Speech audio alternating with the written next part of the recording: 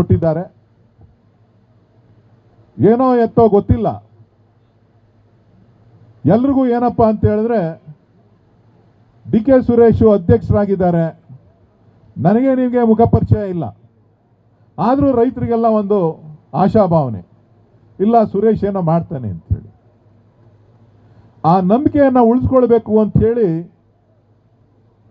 ಹಗಲು ರಾತ್ರಿ ನಾವೆಲ್ಲ ಸೇರಿ ಕೆಲಸ ಮಾಡ್ತಾ ಇದ್ದೇವೆ. ಈ ಒಕ್ಕೂಟದಲ್ಲಿ ಒಂದೇ ಪಕ್ಷದವರಿಲ್ಲ. ಬಿಜೆಪಿಯಿಂದ ಗೆದ್ದಿರೋರು ಇದ್ದಾರೆ, ದಳದಿಂದ ಗೆದ್ದಿರೋರು ಇದ್ದಾರೆ, ನಮ್ಮ ಬೆಂಬಲದಿಂದ ಗೆದ್ದಿರೋರು ಇದ್ದಾರೆ, ಎಲ್ಲರೂ ಕೂಡ ಇದ್ದಾರೆ.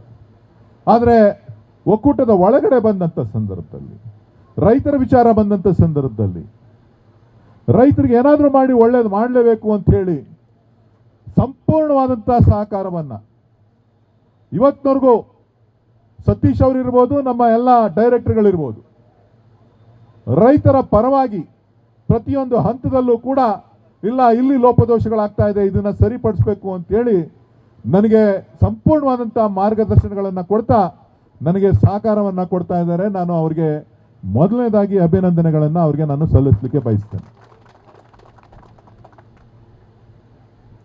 ಏನಪ್ಪ ನಾನು ಬಿಜೆಪಿ ವಿಶ್ವನಾಥ್ ಜೊತೆಲಿ ಗೆದ್ದುಬಿಟ್ಟಿದ್ದೀನಿ ಅಂತ ಹೇಳಿ ಅವರೇನಿಲ್ಲ. ರೈತರು ಮುಖ್ಯ. ರೈತರಿದ್ರೆ ನಾವು ರೈತರ ಯೋಗಕ್ಷೇಮವನ್ನು ಕಾಪಾಡಬೇಕು ಅಂತ ಹೇಳಿ ಅವರು ಸಂಪೂರ್ಣವಾಗಿ ಮುಂದಿನ 5 ವರ್ಷನೂ ಕೂಡ ನನ್ನ ಜೊತೆಲೇ ಇರ್ತಾರೆ, ಅದರ ಬಗ್ಗೆ ಏನು ಅನುಮಾನ ಬೇಡ.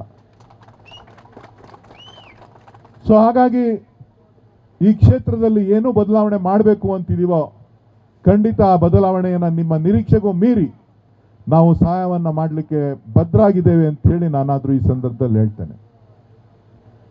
ಮಾನ್ಯ ಶಾಸಕರು ನನಗೂ ಕೂಡ ಬಹಳ ಆತ್ಮೀಯರು. ಈ ಭಾಗದಲ್ಲಿ ಸಾಕಷ್ಟು ಕೆಲಸ ಕಾರ್ಯಗಳನ್ನು ಮಾಡ್ತಾ ಜನಮನ್ನಣೆಯನ್ನು ಗಳಿಸ್ಕೊಂಡಿದ್ದಾರೆ.